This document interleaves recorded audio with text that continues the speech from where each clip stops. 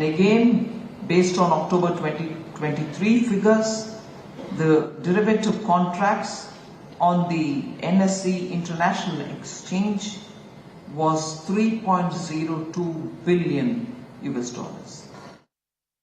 तो आप सुन रहे थे केंद्रीय वित्त मंत्री निर्मला सीतारमण को, जो कि gift city and aspiration of modern India विषय में एक सेमिनार को गांधीनगर में संबोधित कर रही थी। उन्होंने साफ तौर पर कहा कि जिस तरह से देश आत्मनिर्भरता के पथ पर अग्रसर है, साथ ही जहाज निर्माण की गतिविधियों में जहां इजाफा हुआ है, वहीं किस तरह से जो इक्विटी मार्केट है वो लगातार नए कीर्तिमान स्थापित करता हुआ। और आइए अब सीधे रुख करते हैं सुर्खियों का। अयोध्या से अहमदाबाद तक हवाई मार्ग का हुआ उद्घाटन। विमानन मंत्री ज्योतिरादित्य सिंधिया ने कहा, आज रचा गया नया प्रयोग और नया इतिहास। उत्तर प्रदेश के मुख्यमंत्री योगी आदित्यनाथ को मिला पहले त्रिसाप्ताहिक उड़ान के लिए बोर्डिंग पास। भारत के रणनीतिक शक्ति के रूप में उभरने के कारण चीन के रवैये में हुआ बदलाव। ब्रिटेन दौरे पर रक्षा मंत्री राजनाथ सिंह का बड़ा बयान। कहा, बदलते रणनीतिक हितों को भी अब चीन कर रहा है स्वीकार।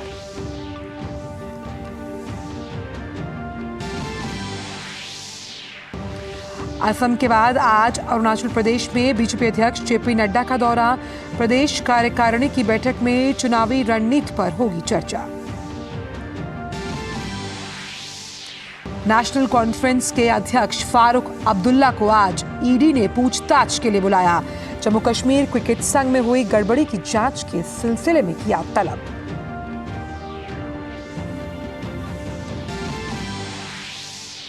उत्तर भारत समेत कई हिस्सों में सर्दी का सितम। दिल्ली पहुंचने वाली 24 ट्रेनें लेट। राजस्थान के सीकर में दर्ज हुआ सबसे कम न्यूनतम तापमान। अगले कुछ दिन भीषण ठंड से राहत नहीं मिलने के आसार।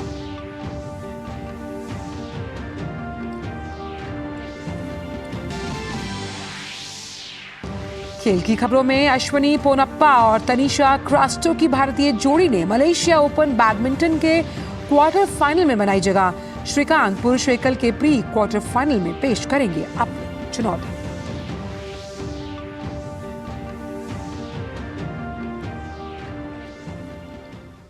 और आइए अब जानते हैं इन सभी खबरों को विस्तार के साथ। राष्ट्रपति द्रौपदी मुर्मू आज नई दिल्ली में स्वच्छ सर्वेक्षण के विजेताओं को सम्मानित करेंगी कुछ ही देर में। इस कार्यक्रम में विभिन्न श्रेणियों के तहत 110 से अधिक पुरस्कार प्रदान किए जाएंगे। राष्ट्रीय श्रेणी में 20 से अधिक पुरस्कार होंगे और इस साल स्वच्छ शहर पुरस्कारों में पुराने डंप साइटों को खत्म करने, प्लास्टिक के कचरे का प्रबंधन करने, रिड्यूस, रीयूज, रिसाइकलिंग के सिद्धांतों को लागू करने और सफाई मित्रों की सुरक्षा सुनिश्चित करने को प्राथमिकता दी गई। इसके अलावा अपशिष्ट प्रबंधन में नवीनतम तकनीक और उपकरणों की एक श्रृंखला प्रदर्शित की जाएगी। प्रदर्शनी में कचरे से बने उत्पाद खरीदे जा सकेंगे।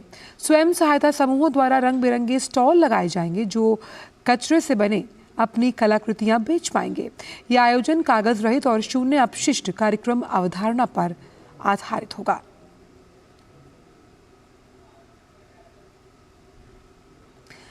और अब रामनगरी अयोध्या से जुड़ी हुई खबरों की बारी।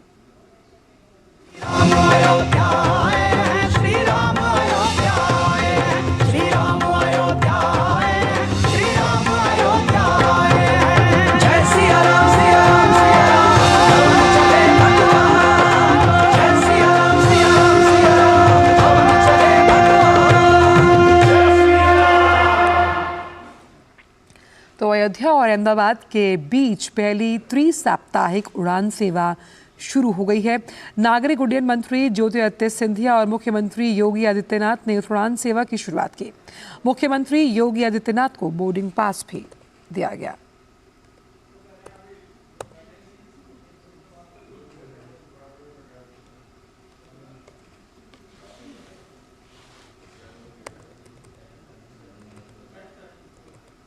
नागरिक उड्डयन मंत्री सिंधिया ने कहा कि इस उड़ान सेवा से पर्यटन को बढ़ावा मिलेगा। की वाइब्रेंसी और अयोध्या की आध्यात्मिक वाइब्रेंसी और उत्तर प्रदेश की आध्यात्मिक वाइब्रेंसी का ये संगम इस फ्लाइट के द्वारा भी तय किया जाएगा। दोनों ही शहर जहां एक तरफ प्रधानमंत्री जी के दिल के करीब दोनों राज्य हैं, वहां दोनों ही शहर एक मानक है भारत के समृद्ध इतिहास का, भारत के आकर्षण का, भारत की शक्ति का, भारत की संस्कृति का और भारत की सभ्यता की।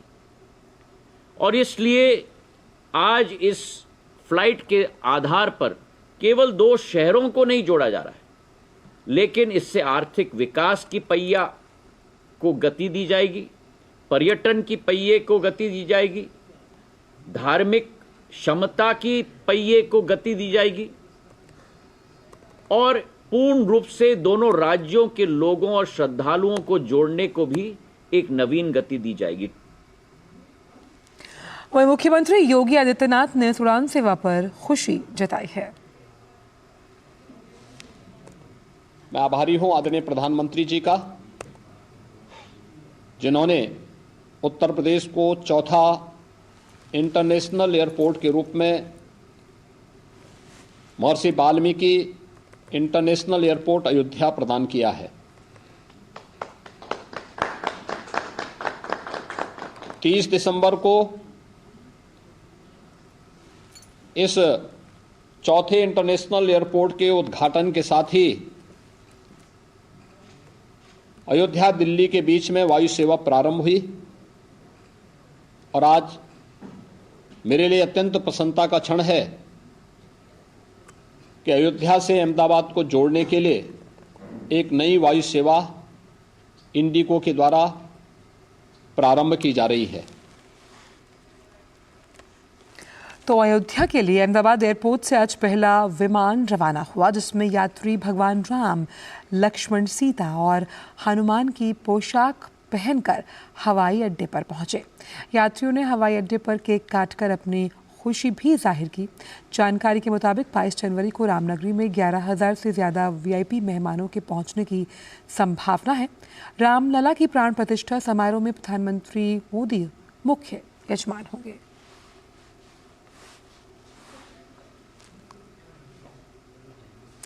हर रोज सुबह प्रधानमंत्री नरेंद्र मोदी अपने सोशल मीडिया अकाउंट एक्स पर प्रभु श्री राम से जुड़े एक भजन का वीडियो साझा करते हैं। आज प्रधानमंत्री ने सूर्य गायत्री की आवाज में रिकॉर्ड किए गए एक भजन को अपलोड किया। आप भी सुनिए। रामचंद्र कृपालु भज मन हारण भव भय दारुणम्। श्री रामचंद्र कृपालु भज मन हारण भव भय दारुणम्। नव कंजलोचन कंज मुख कर कंज पद कंजारुणम्। श्री राम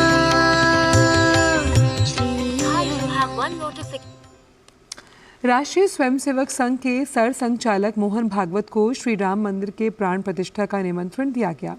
श्री राम जन्मभूमि मंदिर निर्माण समिति के अध्यक्ष नृपेंद्र मिश्रा और विश्व हिंदू परिषद के अंतर्राष्ट्रीय कार्याध्यक्ष आलोक कुमार ने कल दिल्ली में राष्ट्रीय स्वयंसेवक संघ के सर संचालक डॉक्टर मोहन भागवत को निमंत्रित किया। इस पर मोहन भागवत ने कहा कि इस देश की पवित्रता और इस देश की मर्यादा की स्थापना पक्की होने का ये प्रसंग है। उन्होंने कहा कि एक विश्वास सबके मन में स्थापित हुआ और उसी के कारण संपूर्ण देश का वातावरण मंगलमय बना हुआ है। उन्होंने ये भी कहा कि आमंत्रण के लिए आभार है और कहा कि ये जो अवसर है वो बेहद ज़रूरी है और वो ज़रूर उपस्थित रहेंगे।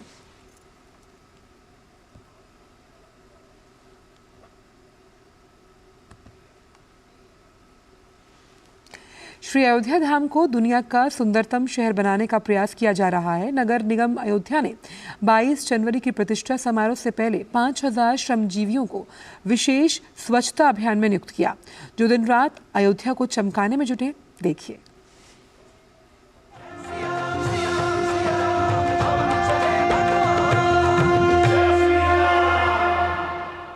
श्रीधाम अयोध्या से हम कुछ तस्वीरें आपके लिए लेकर के आए हैं। मेरे पीछे आप देखिए बहुत ही घना कोहरा छाया हुआ है, लेकिन बावजूद इसके कि कड़ाके की ठंड पड़ रही है अयोध्या धाम में। यहाँ पर देश के कोने कोने से तीर्थयात्रियों के आने का सिलसिला लगातार जारी है। पूरी रात लोगों के आने का सिलसिला जारी है सरयू में स्नान करने के लिए। लेकिन अयोध्या नगर निगम ने विशेष तैयारियां की हैं लोगों की सुविधाओं के लिए।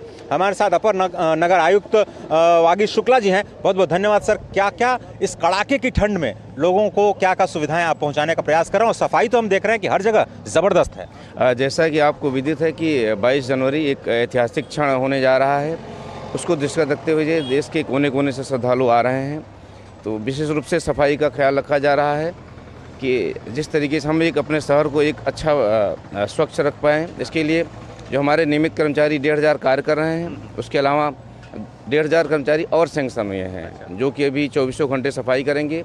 ये 3 शिफ्ट में काम कर रहे हैं और अभी हम लोगों ने 2000 का और सैंक्शन लिया है। एक बड़ी अच्छी बात यह है कि शायद एशिया का पहला शहर होगा अयोध्या जहां पर आपने विशेष तकनीक का इस्तेमाल किया है वेस्ट मैनेजमेंट के लिए। उसके बारे में थोड़ा सा बताइए। और कैसे 1-1.5 लाख लोग जब आएंगे तो जो मल निष्कासन होगा पूरे अयोध्या में, उसको निस्तारित करने के लिए क्या योजनाएं हैं? इसके लिए हमारे यहाँ FSTB प्लांट है, STB प्लांट लगे हुए हैं, जिससे कि हमारे पास 8-10 गाड़ियाँ पर नगर निगम के पास हैं जो कि फिगर स्लस को यहाँ से ले जाकर के ट्रीटमेंट करेंगी, जिससे इधर उधर गंदगी न फैले और स्वच्छ बना रहे। प्रधानमंत्री ने 30 जनवरी को यहाँ पर जनता से आह्वान किया कि जब करोड़ों लोग आएंगे 22 जनवरी के बाद, तो सभी जनता को भी कर्तव्य बोध के तौर पर यहाँ पर अपनी अयोध्या को पूरी दुनिया में स्वच्छ अयोध्या और मुख्यमंत्री जी तो कहते हैं सबसे क्लीनेस्ट, सबसे सुंदरतम शहर बनाना है। तो कैसे हो पाएगा और कर्तव्य के तौर पर नागरिकों से क्या अपील होगी? इसके लिए हमारे नगर निगम के द्वारा जो सफाई अभियान चलाया जा रहा है, इसके साथ साथ उनकी जन सहभागिता बढ़ाने के लिए भी लगातार कार्यक्रम IC के कार्यक्रम चलाए जा रहे हैं। इसके अंतर्गत प्लास्टिक मुक्त अभियान, इसलिए बहुत पे विशेष फोकस किया गया है। इसमें करीब 30 मशीनें लगाई जा रही हैं, वेंडिंग मशीनें, जिसमें आप जो है 10 रुपये का कॉइन डाल करके बैग ले सकते हैं कपड़े का, जिससे कि प्लास्टिक मुक्त करने की दिशा में हम लोग जो है सफल हो सकें। तो नगर निगम ने जो पूरी तैयारियां हैं, आप देख रहे हैं कि उसका असर स्वच्छ अयोध्या पर स्पष्ट दिखाई दे रहा है। और ये जो धर्मपथ आप देख रहे हैं सजने लगा है, संवरने लगा है। तीर्थयात्रियों का स्वागत करिए। और ये लगातार जो प्रयास है वो केवल 22 जनवरी ही नहीं बल्कि उसके बाद भी नगर निगम का ये जबरदस्त प्रयास लगातार जारी रहेगा। कैमरामैन रमाकांत शर्मा के साथ अजय मिश्र, DD न्यूज़, श्रीधाम, अयोध्या।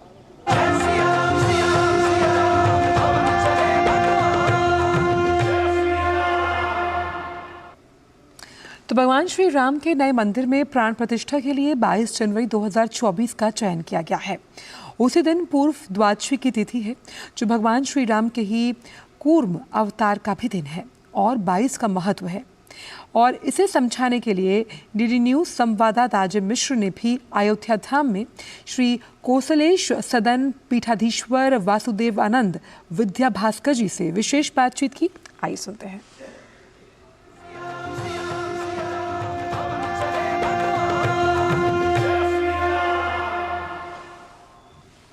22 जनवरी को नव्य मंदिर में श्री राम की प्राण प्रतिष्ठा के अवसर पर संतों में श्रीधाम अयोध्या में बहुत ही उत्साह है और 12 दिन पहले से ही दीपोत्सव की भी शुरुआत हो चुकी है। इस वक्त हम हैं श्री कोसलेश सदन पीठाधीश्वर के यहाँ। उनके विचार जानने के लिए बहुत बहुत आपका आभार, दूरदर्शन को समय देने के लिए। ये जो 22 जनवरी की तिथि निश्चित की गई है, उसका महत्व और आपके विचार इस पूरे समारोह के बारे में। 22 जनवरी तिथि निश्चित की गई है। बहुत अच्छी तिथि है, बहुत अच्छे योग हैं, बहुत अच्छा उत्साह भी है भारतवर्ष में, पूरे राष्ट्र में उत्साह है, पूरी अयोध्या में उत्साह है। विभिन्न प्रकार के कार्यक्रम सब जगह हो रहे हैं। हमारे यहाँ भी श्री अर्चावतार महामहोत्सव का आयोजन हो रहा है, वाल्मीकि रामायण का पारायण हो रहा है, सभी प्रसन्न हैं। जब 22 को प्राण प्रतिष्ठा हो जाएगी तो क्या परिवर्तन होगा? समग्र राष्ट्र ही नहीं, समग्र विश्व के लिए आदर्श है। आदर्श जो है मानव मात्र के आदर्श हैं। वो आदर्श जो है शीशा होता है। शीशा आपका श्रृंगार नहीं करता है, लेकिन शीशे के सामने जब आप खड़े होते हैं तो आप अपने को कैसा देखना चाहते हैं। मनुष्य अपने अंदर मनुष्यता का दर्शन करना चाहे तो उसके लिए इस शीशे से दर्शन संभव नहीं है। उसके लिए भगवान राम जो हैं शीशा हैं, भगवान राम आदर्श हैं मानवता के, भगवान राम आदर्श हैं दैवी संपत्ति के, भगवान श्री राम आदर्श हैं भारतीय संस्कृति के। तो धन्यवाद जगत गुरु जी। अब अपने विचार रखने के लिए दर्शकों के साथ बहुत बहुत धन्यवाद। तो हम सभी को उत्सुकता के साथ, व्यग्रता के साथ प्रतीक्षा है उस दिव्य क्षण की जब भगवान परमात्मा परब्रह्म स्वरूप श्री राम अपने नव्य और दिव्य प्रांगण में विराजमान होंगे। कैमरामैन रमाकांत शर्मा के साथ अजय मिश्र, टीडी न्यूज़, श्रीधाम, अयोध्या।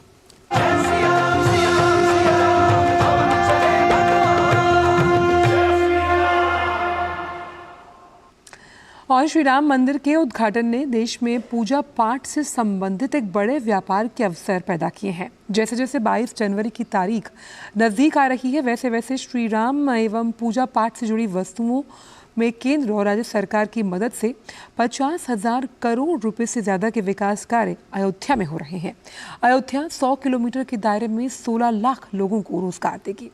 अब अयोध्या को केवल तीर्थ स्थल के रूप में नहीं बल्कि आध्यात्मिक, सांस्कृतिक, स्वास्थ्य एवं वेलनेस पर्यटन के अलावा MSME, ODOP, व्यापार, ट्रांसपोर्ट, लॉजिस्टिक्स के रूप में एक साथ विकसित किया जा रहा है। देखिए एक खास रिपोर्ट।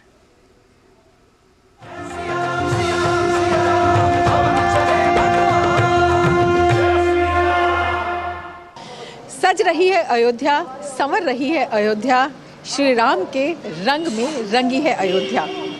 अयोध्या नगरी में जहाँ भी निकल जाओ, दिन हो रात हो, इस तरह की चकाचौंध हमेशा दिखाई देती है। और हो भी क्यों ना, श्री राम लला की प्राण प्रतिष्ठा जो होने वाली है, लोग बहुत उत्साहित हैं और उत्साह का ये रंग हर जगह दिखाई देता है। गली हो, चौराहे हों, घर हो, दुकान हो या फिर इस तरह के व्यावसायिक प्रतिष्ठान हो, यहाँ पर व्यवसायी भी काफ़ी खुश हैं क्योंकि ये जो समारोह है या अयोध्या का ये जो कायाकल्प हुआ है, आध्यात्मिक रूप से, धार्मिक रूप से तो महत्वपूर्ण है ही, आर्थिक रूप से भी बेहद महत्वपूर्ण है।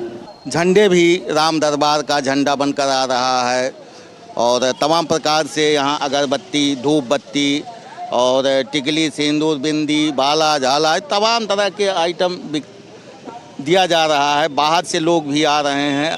पहले तो लॉकडाउन में ऐसा कुछ नहीं था, लेकिन अब धीरे धीरे अयोध्या संवर रही है। ये लग रहा है कि निश्चित रूप से हम लोगों के भी दिन राम आ जाएंगे तो बहुरेंगे।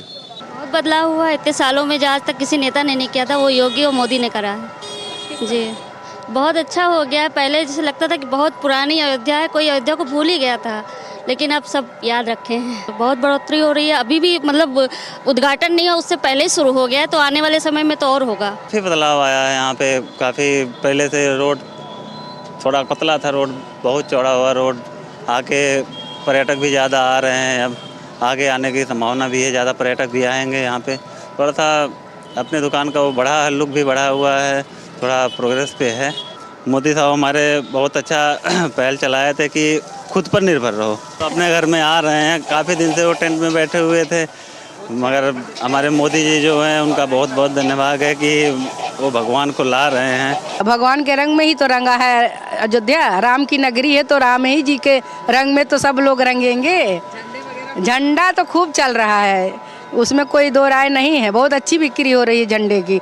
मॉडल भी चल रहा है, लाइटिंग वाली भी राम मंदिर के जो है वो भी बिक रहा है।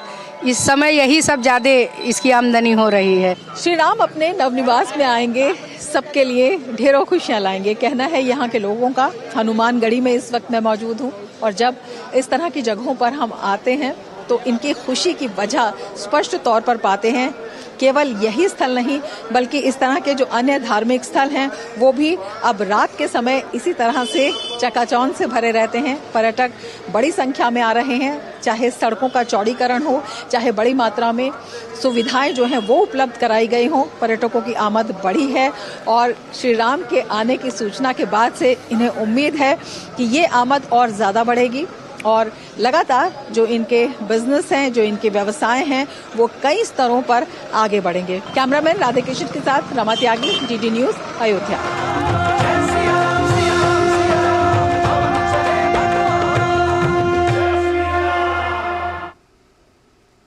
पूरा आलम इस समय राममय है और इसी शुभ अवसर पर राम के थे, राम के हैं और राम के रहेंगे गीत जो है वो रिलीज हुआ है। इस गीत को अपनी सुरमई आवाज़ दी है बीजेपी सांसद और गायक मनोज तिवारी ने। इस मौके पर डीडी न्यूज़ संवाददाता राजेश राज ने मनोज तिवारी से विशेष बातचीत की। आइए आपको सुनवाते हैं।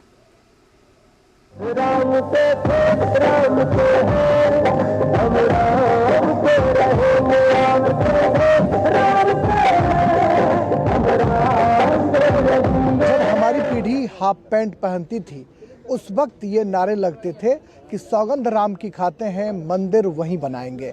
और इस पर विपक्ष के लोग कई बार हमले भी करते थे कि मंदिर वहीं बनाएंगे लेकिन तिथि नहीं बताएंगे। लेकिन अब तिथि सामने आ गई है और 22 जनवरी को भव्य राम मंदिर का उद्घाटन प्रधानमंत्री मोदी कर रहे हैं। तो इस मौके पर तमाम जो कलाकार हैं वो अपनी कला का प्रदर्शन भी कर रहे हैं। इसी कड़ी में भारतीय जनता पार्टी के सांसद प्रख्यात सिने स्टार मनोज तिवारी ने एक गीत बनाया है और उसको अपनी सुरमई आवाज़ में आज लॉन्च भी किया है। हमारे साथ मनोज तिवारी स्वयं हैं, हम उनसे जानते हैं। मनोज जी, क्या है वो गीत, है क्या? और सुधांशु त्रिवेदी इस वक्त बीजेपी को लेकर प्रेस कॉन्फ्रेंस कर रहे हैं। प्रेस कॉन्फ्रेंस में आपको आइए सीधे लिए चलते हैं। भारत का इतिहास जब जब करवट ले रहा होता है तब तब वो उस अवसर के साथ खड़े न होकर उसका बहिष्कार करते हैं। अभी हाल में आपने देखा, चंद महीने पहले की बात है, पिछले वर्ष की, नई संसद भवन के उद्घाटन का बहिष्कार किया। भाई, नई संसद भवन 150 वर्षों तक चलेगी, इसका भारतीय जनता पार्टी अथवा प्रधानमंत्री श्री नरेंद्र मोदी जी से तो कोई मतलब नहीं है। उस ऐतिहासिक अवसर का बहिष्कार किया, जबकि उल्लेखनीय यह है कि अंग्रेजों के जमाने की संसद का बहिष्कार नहीं हुआ था वायसराय के टाइम में। जीएसटी लागू हुआ, भारत के कर संरचना में, टैक्स स्ट्रक्चर में ऐतिहासिक पैराडाइम शिफ्ट हुआ, उसका बहिष्कार किया। G20 अभी अभी हुआ, पहली बार ऐसा हुआ कि 20 राष्ट्राध्यक्ष और वो दुनिया के सबसे शक्तिशाली 20 देशों के राष्ट्राध्यक्ष भारत में आए। क्योंकि मैं पुनः विनम्रता से कह दूं कि नॉन अलाइन समिट भी हुआ था, पर नॉन अलाइन समिट उस समय वर्ल्ड का पावर सेंटर नहीं माना जाता था, and G20 is considered as the power centre. उसमें महामहिम राष्ट्रपति के द्वारा दिए गए भोज का बहिष्कार किया। अरे, भारत की शक्ति का कितना बड़ा उद्भव था। हमारे पूर्व राष्ट्रपति रामनाथ कोविंद जी और द्रौपदी मुर्मू जी के अभिभाषण का बहिष्कार किया, जबकि वो हमारे राष्ट्र के प्रथम नागरिक हैं, परंतु ये एक संयोग की बात थी। देखिए, एक अनुसूचित जाति से थे, एक अनुसूचित जनजाति से थी, इसके बावजूद आपने बहिष्कार किया। और अभिभाषण का बहिष्कार करके आपको मिलना क्या था, यह भी बहुत स्पष्ट था। याद करिए, कारगिल विजय दिवस 2004 के बाद 2009 तक नहीं होता था। क्यों कांग्रेस ने बहिष्कार किया था कारगिल विजय दिवस का? भारतीय जनता पार्टी के प्रखर प्रतिरोध के बाद आधे अधूरे मन से रस्म अदायगी के लिए 2009 के बाद शुरू किया, और अब हम उसको गर्व के साथ मनाते हैं। जब मई 1998 में पोखरण विस्फोट हुआ अटल बिहारी वाजपेयी जी की सरकार के नेतृत्व में, कांग्रेस ने 10 दिन तक बयान ही नहीं दिया, और फिर उसके बाद भी नकारात्मक प्रकार की प्रक्रियाएं, जबकि भारत ने पहली बार कहा था कि we have declared now we have become the nuclear state. कितना बड़ा ऐतिहासिक परिवर्तन था, परंतु उसके भी ये विरोध में खड़े हो गए।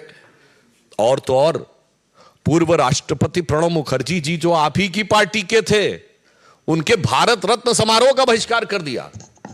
इसी बहिष्कार के चलते हुए जनता भी क्रमशः उनको सत्ता से बहिष्कृत करती चली जा रही है, परंतु उनकी बुद्धि परिष्कृत होने का नाम नहीं ले रही है। आज जब अयोध्या में श्री रामलला विराजमान की प्राण प्रतिष्ठा होने जा रही है, और उस समय एक बार पुनः कांग्रेस ने अपनी उसी प्रवृत्ति के अनुरूप, क्योंकि यह भारत के इतिहास का ऐतिहासिक पल है।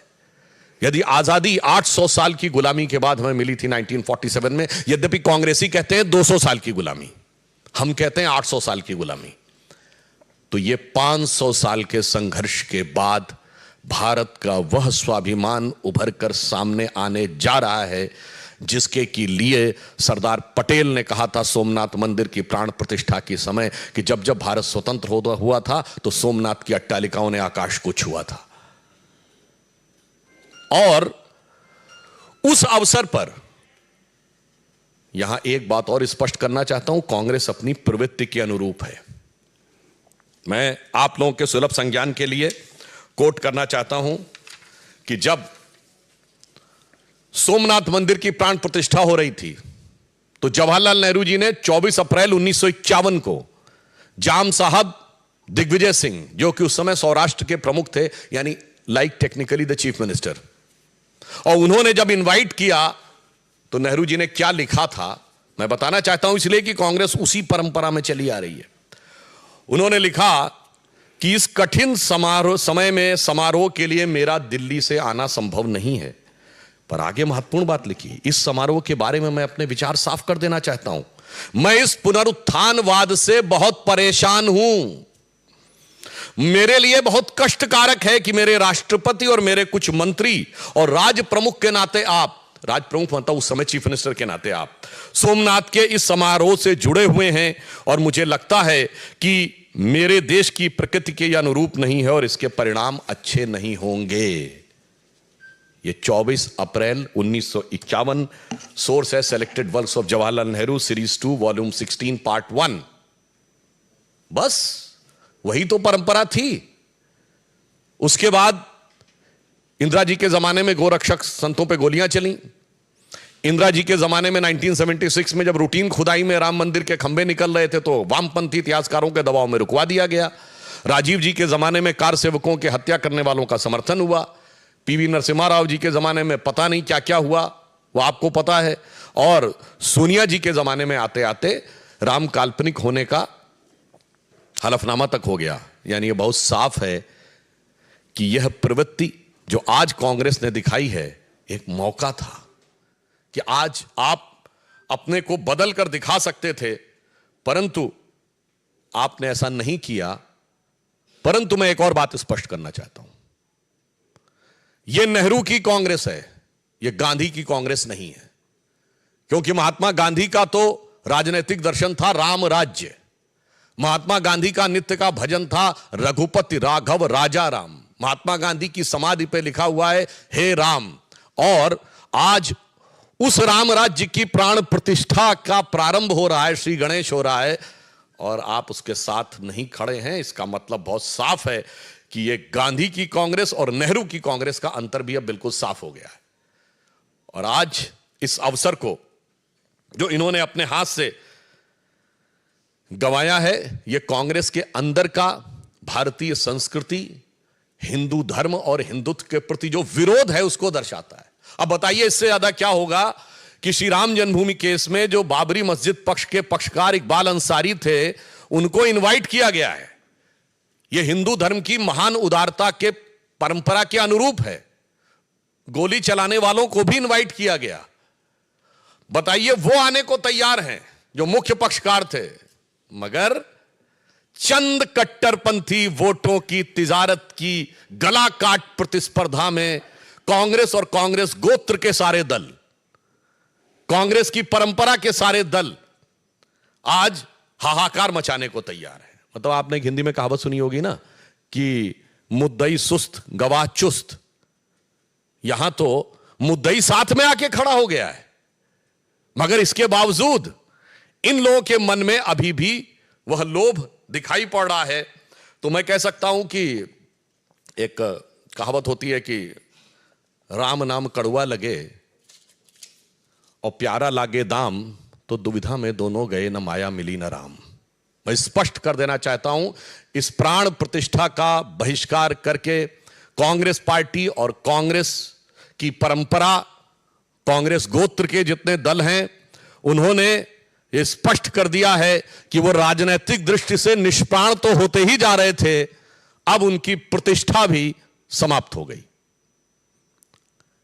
श्री नरेंद्र मोदी जी के प्रति आपके मन में जो भी ईर्ष्या है, द्वेष है, इंफीरियरिटी कॉम्प्लेक्स है, उसको लेकर आप भारत के विरोध तक चले जाते थे, आज भगवान के विरोध तक चले गए।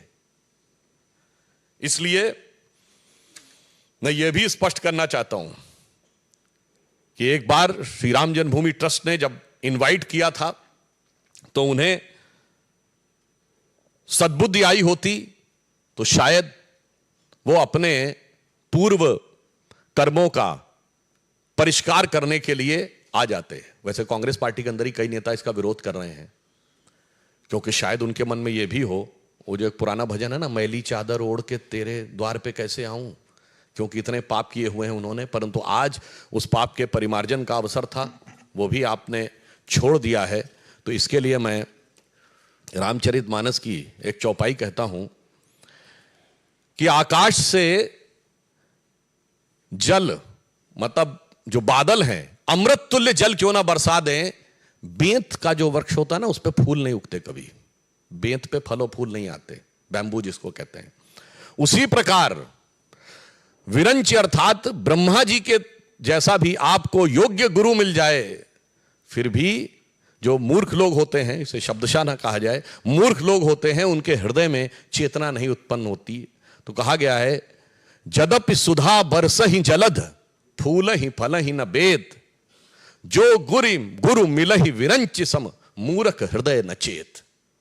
इस कारण से उनके हृदय में यह चेतना नहीं आ पा रही है। परंतु मैं अंत में पुनः स्पष्ट करना चाहता हूं कि हर ऐतिहासिक अवसर का विरोध करते करते कांग्रेस ने आज भारतीयता के श्रेष्ठतम मूल्यों के प्रतीक भगवान श्री राम के मंदिर की प्राण प्रतिष्ठा का बहिष्कार करके यह दर्शा दिया है कि उनके लिए राजनीति, और राजनीति में भी कट्टरपंथ की राजनीति, हम किसी समुदाय की बात नहीं कर रहे हैं, कट्टरपंथ की राजनीति अधिक महत्वपूर्ण है और राष्ट्र के आदर्श और प्रेरणा कम महत्वपूर्ण है।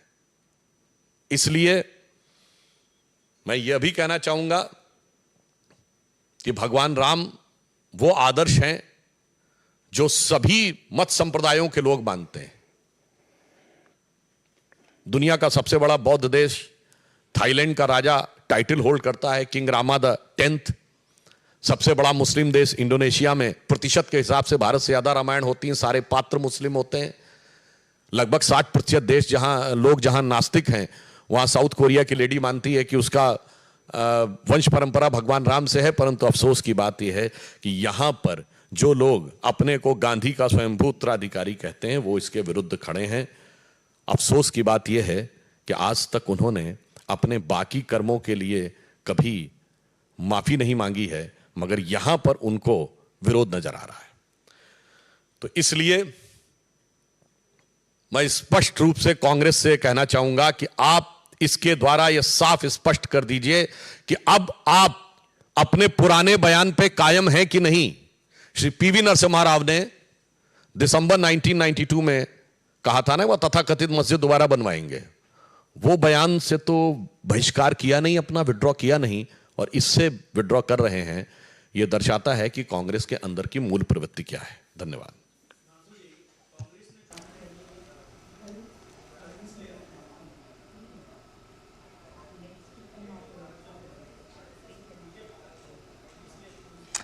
तो आप सुन रहे थे बीजेपी प्रवक्ता सुधांशु त्रिवेदी को, जिन्होंने साफ तौर पर कहा कि किस तरह से कांग्रेस का बहिष्कार करने का एक इतिहास रहा है, अच्छे और जो महत्वपूर्ण काम है उनको, और जिस तरह से प्राण प्रतिष्ठा के निमंत्रण को अस्वीकारा गया है, तो उनकी मानसिकता इसमें साफ झलकती है। और आइए अब आपको सीधे ले चलते हैं army chief general Manoj Pandey की एनुअल प्रेस कॉन्फ्रेंस में सीधे।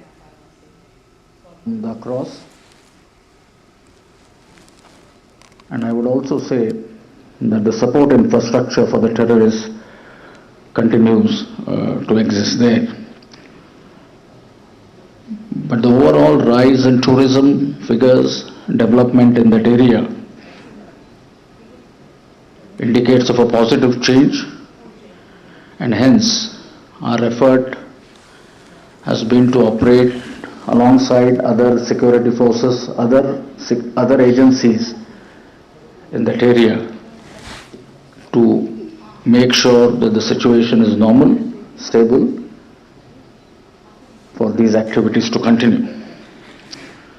The Northeast has witnessed positive developments in the last 1 year because of the proactive policies of the government, the peace talks. You have had 2 major peace accords that have been signed. The violence parameters overall have come down. Of course, the state of Manipur did witness violence starting the month of May last year. But I think because of the combined efforts of the state administration, supported by the Indian Army, the Assam Rifles and other security agencies, we have been able to stabilize the situation to a large extent. And our efforts alongside these agencies continue to make sure that normalcy is established and the security situation remains stable. Another issue I wish to highlight here is one of the focus areas has been to work alongside other government departments, agencies, and those who are involved in national security and national defense. We have been proactively engaging with them, reaching out to them, purely with an aim to achieve better outcomes. You are also aware, and last year when I interacted with you, I did mention of the process of transformation that we initiated last year. And I am extremely happy to note that we have made good progress in all the 5 domains that I had mentioned and achieved some major milestones. Let me briefly highlight some of them. First was, of course, the force restructuring and optimization. And some of the key results that we have achieved is, of course, the reorganization of our artillery units, specifically those involved in surveillance and target acquisition, wherein our attempt has been, with the induction of new technology in the ISR, Intelligence, Surveillance and Reconnaissance domain, how to incorporate them in our existing structures and make them more effective. So we have a plan which has been put in place to restructure our artillery units in this manner. We also have restructured our units of electronic warfare as also electronic intelligence to again make them more cohesive, more effective. Optimization of certain legacy units, legacy establishments, their downsizing or right sizing has again been put in place, wherein I'll give you a couple of examples in terms of animal transport. We've already started the process of reducing our animal transport units, instead substituting them with logistic drones and all-terrain vehicles. Certain other areas such as food inspection units, which we have been having for a number of years, or food laboratories, most of them we have downsized, and in due course will totally do away with them. Again, banking on or depending on the food inspection and standardization units, establishments that we have available in the outside. Overall, we have made a plan to optimize our entire strength by significant numbers, and we have phased it out, and we have a plan as to how by 2027 we will achieve an optimization of close to 100,000 or 1 lakh. And this is something which we have internally commenced the process and put forward to the MOD and the government. Second was in the field of modernization and technology infusion, which last time I mentioned is central to our capability development plans. And again, I'm happy to say, in terms of niche disruptive technologies, as part of the emergency procurement provision which was granted to us by the government, we have been able to induct some very useful, some new technologies. Most of them are already deployed in our forward units, our field formations. Alongside this was our commitment to Atmanirbharta, because that was a lesson that we drew from the ongoing conflicts, and I think that needs no elaboration here. Again, in terms of Atmanirbharta, we have made very good progress, and maybe during the latter part of our interaction, I'll elaborate on this.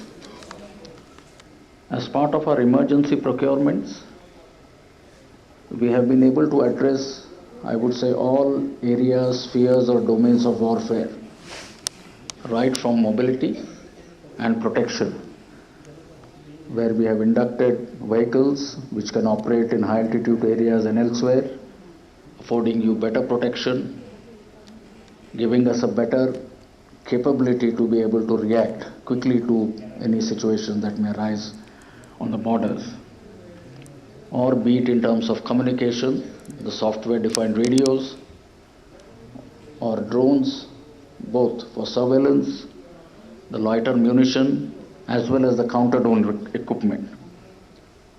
The new generation munition, including improving our accuracy, lethality of the artillery system, again, good progress has been made. In terms of electronic warfare systems, we now have terrain-specific EW systems which have again been inducted, and so has been the progress in the sphere of air defense. The third foundation or third pillar was systems, process and functions, where the aim again was purely to increase efficiency, improve outcomes, become less manpower intensive. And this again we have addressed both in the operational domain, where we have our processes, systems for integration of our communication requirements, of our aviation assets, etc. Also in the human resource management systems, where last time I had mentioned, we've come up with a software called Indra, where you are able to aggregate, or at one single point you have the visibility of the entire range of human resource activities, details that we require. And the management information system, be it in terms of weather prediction, weather and meteorological data and the rest. We also have moved from the current conduct of our competitive exams, promotion exams, to an online entirely or a fully online mode. And by end of this year, we will have all our promotion exams being held entirely online. Next is human resource management. फिर मानव संसाधन प्रबंधक की जो प्रक्रिया है, हमारी जितनी भी नीतियां हैं या उसमें रणनीति थी, उसमें भी हमने एक बड़ी मात्रा में बदलाव लाया है। और इसका मुख्य कारण ये था कि बदलते समय की जो मांग है, तो बदलते समय के साथ जितनी भी अनुकूल नीतियां हमको सेना में लानी चाहिए, ये उस दिशा में प्रयास रहा है। और जिसके तहत जो अग्निपथ स्कीम है, वो पहले हमारे 2 बैचेस अग्निवीर के अभी हमारे यूनिट्स में, फील्ड में, पीस में, सब जगह पर पूरी तरह से यूनिट्स में अभी इंडक्टेड है या तैनात है। और जो फीडबैक जो अभी हमको मिला है, वो एक बहुत सकारात्मक, अच्छा और एक तरह से उत्साहपूर्वक है। इसके बारे में हो सकता है, और यदि आपके कोई सवाल है तो मैं बाद में इसके बारे में कोशिश करूंगा। इसी मानव संसाधन प्रबंधक की प्रक्रिया के तहत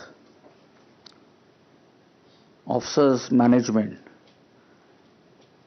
जो हमारी ऑफिसर्स की संख्या में जो कमी थी, हमने उसको एक अच्छे तरीके से एड्रेस किया है, जिसमें हमारा जो ऑफिसर्स इनटेक है उसमें अच्छी मात्रा में बढ़ोतरी हमने की है। हमारा जो सिलेक्शन प्रोसेस है उसमें कई तरह से हमने रिफॉर्म्स लाए हैं।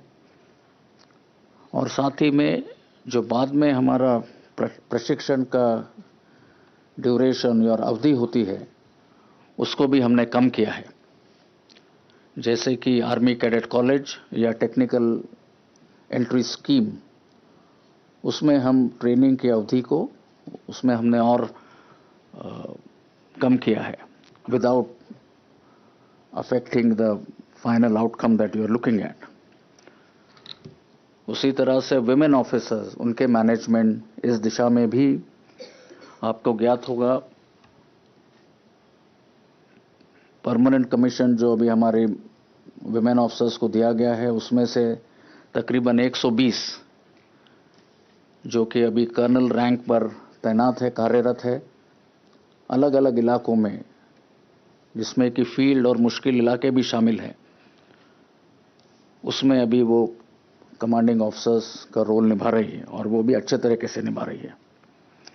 उसी तरह से सभी आर्म्स और सर्विसेज को एक कॉमन लेवल पे लाने के लिए हमने कुछ समय पहले कॉम्प्रिहेंसिव प्रमोशन पॉलिसी का ऐलान किया था, सभी स्टेक होल्डर्स के इंटरेक्शन के बाद और अप्रूवल के बाद, जिसमें कि जो छोटी मोटी कमियां या इन्फॉर्मिटीज़ थी उसको हमने एक तरह से प्रयास करके we have been able to smoothen them out. उसी तरह ट्रेनिंग के दौरान सिमुलेटर्स टेक्नोलॉजी का इंडक्शन, इस विषय में भी खास ध्यान दिया है। और पांचवा जो मुद्दा था फाउंडेशन पिलर या स्तंभ, वो था जॉइंटनेस और इंटीग्रेशन का।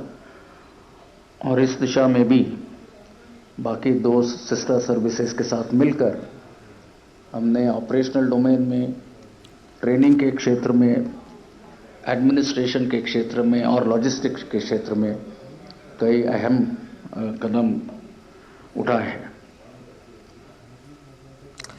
तो आप सुन रहे थे आर्मी चीफ जनरल को कि वो अपनी प्रेस कॉन्फ्रेंस कर रहे थे, एनुअल प्रेस कॉन्फ्रेंस ही सेना प्रमुख थी, जिसमें उन्होंने साफ तौर पर बोला कि किस तरह से लगातार सेना को मजबूत बनाया जा रहा है। राष्ट्रहित के लिए कई ऐसे बड़े निर्णय हैं जो लिए गए हैं और सीमाओं की अगर बात की जाए तो स्थिति अगर संवेदनशील है लेकिन स्थिर है।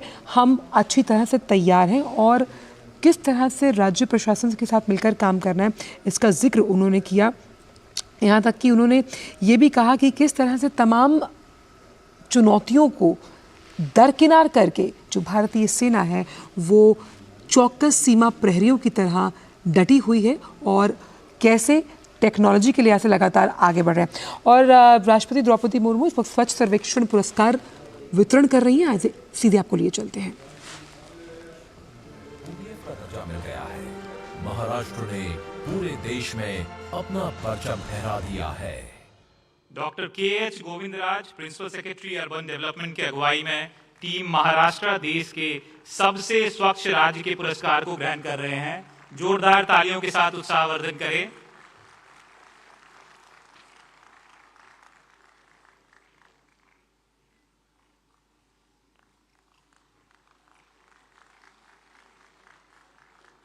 स्वच्छ सर्वेक्षण 2023 में सबसे स्वच्छ राज्यों की श्रेणी में द्वितीय स्थान प्राप्त किया है मध्य प्रदेश।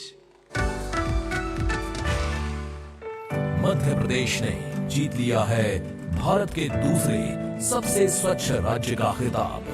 मध्य प्रदेश में 1 7 स्टार, 1 5 स्टार, 24 3 स्टार और 132 1 स्टार गार्बेज फ्री सिटीज बन गई हैं। राज्य में 7 water plus, 361 ODF plus, 3 ODF plus और 7 शहरों को ODF का दर्जा मिल गया है। मध्य प्रदेश ने स्वच्छता के प्रति अपने प्रयत्नों से जीत लिया है पूरे देश का दिल। माननीय मुख्यमंत्री महोदय मध्य प्रदेश की अगुवाई में टीम मध्य प्रदेश देश के सबसे स्वच्छ राज्यों की श्रेणी में द्वितीय पुरस्कार को ग्रहण कर रहे हैं। जोरदार तालियों के साथ उत्साहवर्धन करें मध्य प्रदेश।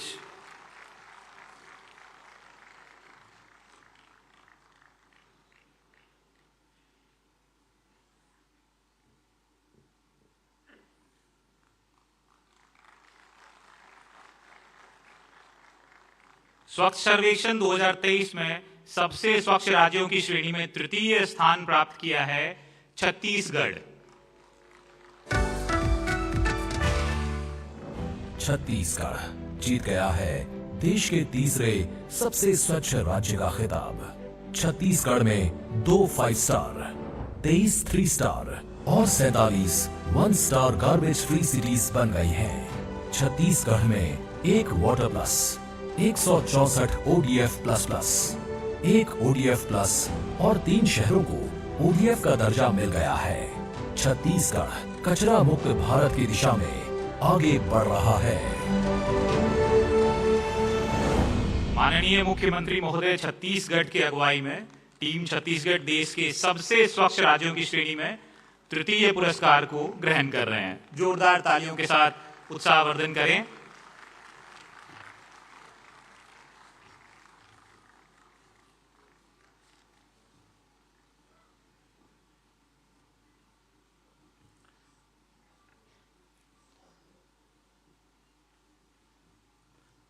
परमादरणीय राष्ट्रपति महोदया जी का बहुत बहुत धन्यवाद।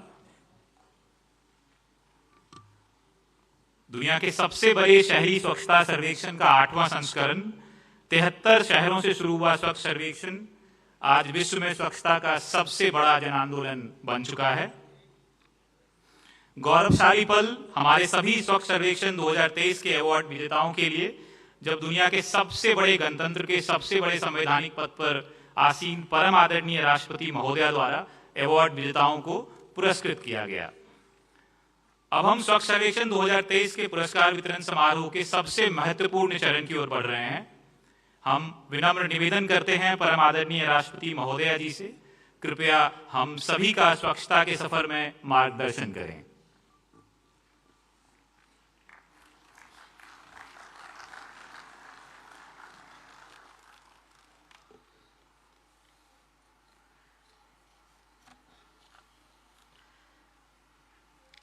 आज के इस स्वच्छ सर्वेक्षण पुरस्कार समारोह में उपस्थित minister of housing and urban affairs Shri Hardeep Singh Puri ji, यहाँ उपस्थित मध्य प्रदेश के मुख्यमंत्री डॉक्टर मोहन यादव जी, छत्तीसगढ़ के मुख्यमंत्री श्री विष्णुदेव साय जी, लद्दाख के उपराज्यपाल ब्रिगेडियर BD मिश्रा जी, उपस्थित जनप्रतिनिधिगण, केंद्र सरकार, विभिन्न राज्यों तथा संघ राज्य क्षेत्र, शहरी निकायों एवं अन्य संस्थाओं के प्रतिनिधिगण, सफाई मित्रों, देवियों और स्वजनों, स्वच्छ सर्वेक्षण 2023 के अनुसार पुरस्कार प्राप्त करने वाले सभी विजेताओं को मैं हार्दिक बधाई देती हूँ।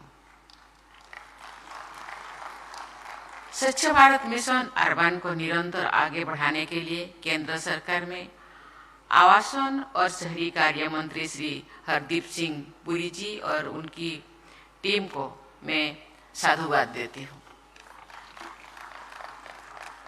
व्यापक भागीदारी के साथ किया गया ये स्वच्छ सर्वेक्षण और पुरस्कार समारोह भी स्वच्छता के स्तर को ऊंचा करने की दिशा में एक महत्वपूर्ण सोपान है। मुझे बताया गया है कि इस सर्वेक्षण के लिए हर वर्ष एक महत्वपूर्ण विषय नियत किया जाता है और उस विषय से जुड़े मानकों को विशेष महत्व दिया जाता है। मैं समझती हूँ कि इस थीमेटिक अप्रोच से स्वच्छता अभियान के विभिन्न आयामों को बल मिला होगा। वर्ष 2023 का विषय है वेस्ट टू वेल्थ। ये बहुत अच्छा और उपयोगी विषय है। आपकी इस सोच को आगे बढ़ाते हुए मैं कहना चाहती हूँ, वेस्ट इज वेल्थ। आपके सुमधुर संगीतबद्ध अंतिम में बहुत अच्छा संदेश दिया गया है। कूड़ा कचरा को कंचन में परिवर्तन करना है, संपूर्ण स्वच्छता में भारत को दिव्य बनाना है। आप सब स्वच्छता से संपन्नता के मार्ग पर आगे बढ़ रहे हैं तथा स्वच्छता अभियान के द्वारा महिलाओं की आर्थिक आत्मनिर्भरता के अवसर उत्पन्न कर रहे हैं। इसके लिए मैं आप सबकी बहुत सराहना करती हूँ। स्वच्छता अभियान को जन आंदोलन का रूप देने में केंद्र सरकार, राज्य सरकारों, विभिन्न संगठनों, जागरूक नागरिकों और सबसे बढ़कर हमारी सफाई मित्रों ने निष्ठापूर्वक योगदान दिया है। ये पूरी देश के लिए गर्व की बात है कि पिछले गांधी जयंती के एक दिन पहले यानी 1 अक्टूबर के दिन प्रधानमंत्री जी की प्रेरणा से करोड़ों देशवासियों ने स्वच्छता के लिए श्रमदान करते हुए 1 तारीख 1 घंटा एक साथ कार्यक्रम को सफल बनाया है। ऐसा करके हमारे देशवासियों ने राष्ट्रपिता को सच्ची श्रद्धांजलि अर्पित की है। स्वच्छता के महत्व पर गांधी जी के विचार और कार्य हमारी विरासत के गौरवशाली अध्याय है। सत्य और अहिंसा के साथ गांधी जी के स्वच्छता के आदर्शों को अपने आचरण में ढालकर हम सब गांधी जी के सपनों के भारत के निर्माण में अपना योगदान दे सकते हैं। हमारे सफाई मित्रों हमारे स्वच्छता अभियान के कर्णधार रहे हैं। मैं सभी देशवासियों की ओर से सफाई मित्रों को हार्दिक धन्यवाद देती हूँ। मुझे ये जानकर संतोष हुआ है कि सफाई मित्रों की सुरक्षा, गरिमा और कल्याण को सुनिश्चित करने के लिए प्रभावी कदम उठाया जा रहा है।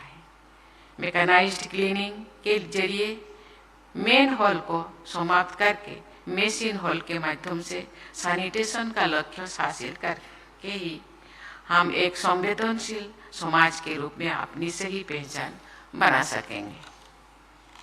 ये अत्यंत सराहनीय है कि स्वच्छ भारत मिशन के दूसरे चरण में सर्कुलरिटी इन वेस्ट मैनेजमेंट पर जोर दिया जा रहा है।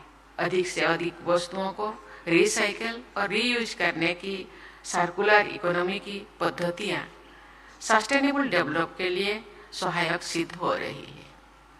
वेस्ट मैनेजमेंट के क्षेत्र में भी ऐसा प्रणाली अत्यंत उपयोगी सिद्ध होगी। मुझे ये जानकर प्रसन्नता हुई है कि आप सब ने वर्ष 2024 के स्वच्छ सर्वेक्षण के लिए रिड्यूस, रीयूज एंड रिसाइकल का विषय निर्धारित किया है। यहाँ उल्लेखनीय है कि G20 की भारत की अध्यक्षता की सराहना करते हुए सभी सदस्य देशों ने resource efficiency and circular economy industry coalition की स्थापना के लिए भारत के प्रति आभार प्रकट किया है। साथ ही सभी सदस्य देशों ने पर्यावरण अनुकूल वेस्ट मैनेजमेंट और वर्ष 2030 तक वेस्ट जनरेशन में भारी कमी लाने के लिए अपनी प्रतिबद्धता व्यक्त की है। इनिशिएटिव्स के महत्व को सभी सदस्य देशों ने प्राथमिकता प्रदान की है। देवियों और स्वजनों, वैल्यू फ्रॉम वेस्ट की धारणा पर गहराई से विचार करें तो जाहिर होता है कि हर चीज़ वैल्यूएबल है, कुछ भी वेस्ट नहीं है। ग्रीन वेस्ट से बायोगैस बनाने और रिफ्यूज डिराइव्ड फ्यूल से बिजली पैदा करने के पीछे यही समग्र और प्रगतिशील सोच काम करती है। वेस्ट मैनेजमेंट के क्षेत्र में आप सबके आधुनिक विचारों और कार्यों की मैं सराहना करती हूँ। हमारे लगभग 1/3 देशवासी शहरों में रहते हैं। शहरों की स्वच्छता उनके स्वास्थ्य तथा विकास के लिए अनिवार्य है। मुझे बताया गया है कि बहुत बड़ी मात्रा में शहरी जमीन कूड़े के पहाड़ों से दबे हुए हैं। कूड़े के ऐसे पहाड़ बहुत बड़ी शहरी जनसंख्या के स्वास्थ्य के लिए भी बेहद हानिकारक है। लेकिन प्रसन्नता की बात है कि स्वच्छ भारत अभियान के तहत ऐसे डंप साइट्स समाप्त किए जा रहा है। आज पुरस्कार प्राप्त करने वाले शहरों में ऐसे डंप साइट्स की समस्या का समाधान कर लिया गया है। मैं आशा करती हूँ कि देश के सभी शहरों क्षेत्रों में प्रभावी कार्य किए जाएंगे और जीरो डंप साइट का लक्ष्य हासिल किया जाएगा। स्वच्छता अभियान की सफलता के लिए तथा इसकी उपलब्धियों का निरंतर बनाए रखने के लिए जन जन की भागीदारी तो अनिवार्य है ही, सभी हितधारक वर्गों का सक्रिय सहयोग भी जरूरी है। मुझे ये देखकर प्रसन्नता हुई है कि मिनिस्ट्री ऑफ अर्बन डेवलपमेंट द्वारा मल्टी स्टेक होल्डर अप्रोच को अपनाया गया है और सभी संस्थानों और क्षेत्रों के प्रतिनिधि यहाँ उपस्थित थे। आज हमारे बीच पद्मश्री से सम्मानित असाधारण बालुका शिल्पी श्री सुदर्शन पटनायक जी सहित अनेक स्वच्छता एम्बेसडर्स विद्यमान हैं। यहाँ उपस्थित प्रत्येक प्रतिभागी से मेरा आग्रह है कि आप सब स्वच्छता के दूत की तरह अपने अपने क्षेत्रों में जागरूकता का प्रसार करें और सबको स्वच्छता कार्यों के लिए प्रेरित करें। मुझे पूरा विश्वास है कि आज के पुरस्कार विजेताओं से प्रेरणा लेकर सभी लोग और संस्थान स्वच्छता की दिशा में अपने प्रयासों को और अधिक सुदृढ़ करेंगे। हमारे युवा हमारे सबसे महत्वपूर्ण स्टेक होल्डर्स है। यदि हमारी युवा पीढ़ी ठान ले कि सभी शहरों को और पूरे देश को स्वच्छता रखना है तो निश्चय ही वर्ष 2047 का भारत विश्व के सर्वाधिक स्वच्छ देशों में शामिल होकर अपनी स्वाधीनता की शताब्दी मनाएंगे।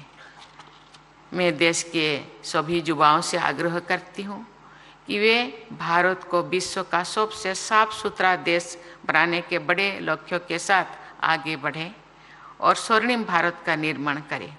मैं सभी देशवासियों की उज्जवल भविष्य की मंगल कामना करती हूँ। सबको बहुत बहुत धन्यवाद। जय हिंद, जय भारत।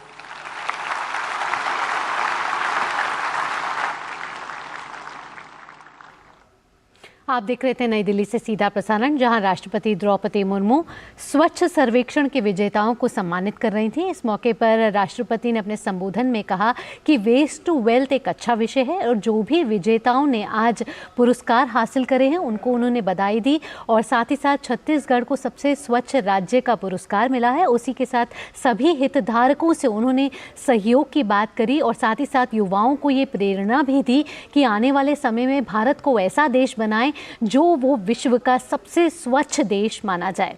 तो ये था राष्ट्रपति द्रौपदी मुर्मू का संबोधन।